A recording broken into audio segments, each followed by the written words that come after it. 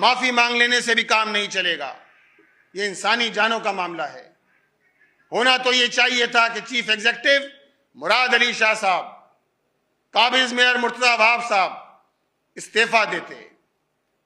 इतना बड़ा हादसा हो जाए, इतना बड़ा वाकया हो जाए, सूबाई हुकूमत और चीफ एग्जीक्यूटिव मुराद अली शाह साहब 18 घंटे बाद तशरीफ लाते हैं। काबिज मेयर मुर्तजा वहाब साहब 23 घंटे बाद तशरीफ लाए। इस वक्त तो अमलन सूरत-ए-हाल ये है कि पीपल्स पार्टी की सूबाई हुकूमत कराची के लिए सिक्योरिटी रिस्क बन गई है। जहां एक जानिब गुल प्लाजा साने के नतीजे में सब कुछ जलकर राख हो गया है और इस आग ने बिलावल भुट्टो के उस नाम नेहाद सिंध विजन को भी जलाकर राख कर दिया है। वो सिंध विजन की जिसने कराची को खंडर बना दिया कि जहां बाग अफराद के लवाहिकीन को मुआवजा दिया जाए। आपने ऐलान किया है, ये ऐलानात माजी में भी होते रहे हैं। हमें याद है बल्दिया टाउन के हादसे के मौके पर जब बल्दिया टाउन फैक्ट्री में आग लगाई गई, मंसूबा बंद आग लगाई गई, यही हुकूमत थी, पीपल्स पार्टी की हुकूमत थी, MQM पार्टनर थी, वफाक में भी ये थे, सूबाई हुकूमत के अंदर भी ये थे।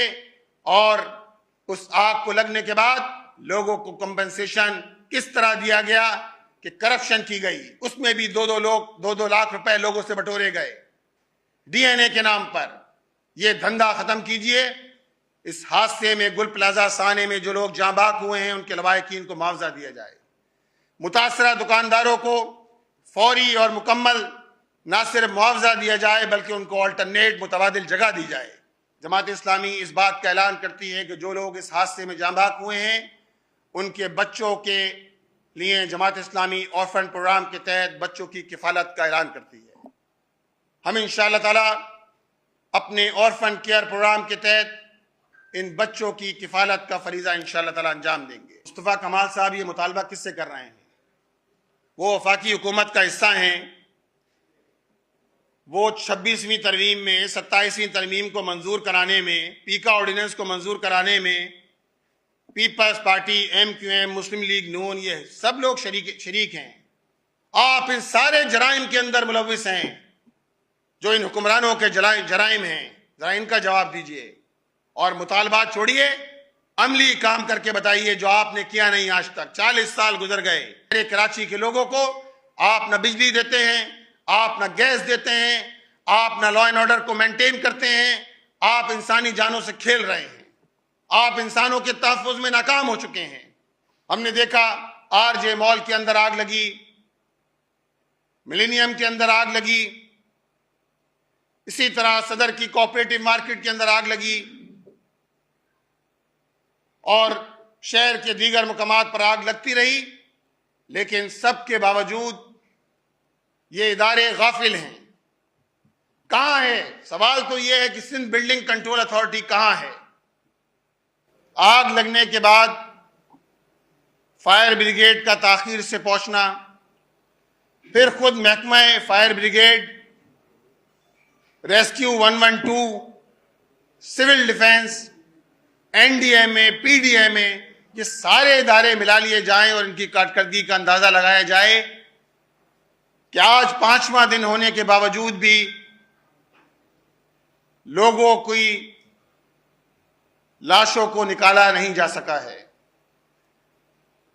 एक जानिब सूरत-ए-हाल ये है कि आग बुझाने वाली गाड़ियां, फायर टेंडर 3.5 करोड़ आबादी के लिए सिर्फ टोटल मिला लिया जाए तो 60 फायर टेंडर हैं और इन 60 फायर टेंडर्स में से भी 18 से 20 फायर टेंडर वो हैं कि जो ऑपरेशनल ही नहीं हैं। 3.5 करोड़ आबादी के लिए कितने फायर बाउजर हैं? 8 से 10 फायर बाउजर, 5 से 6 स्नार्कल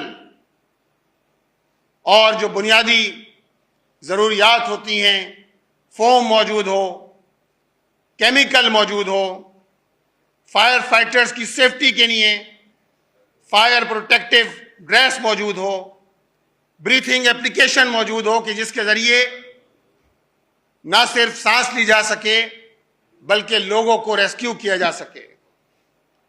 ये सारी चीजें कहीं नजर नहीं आती।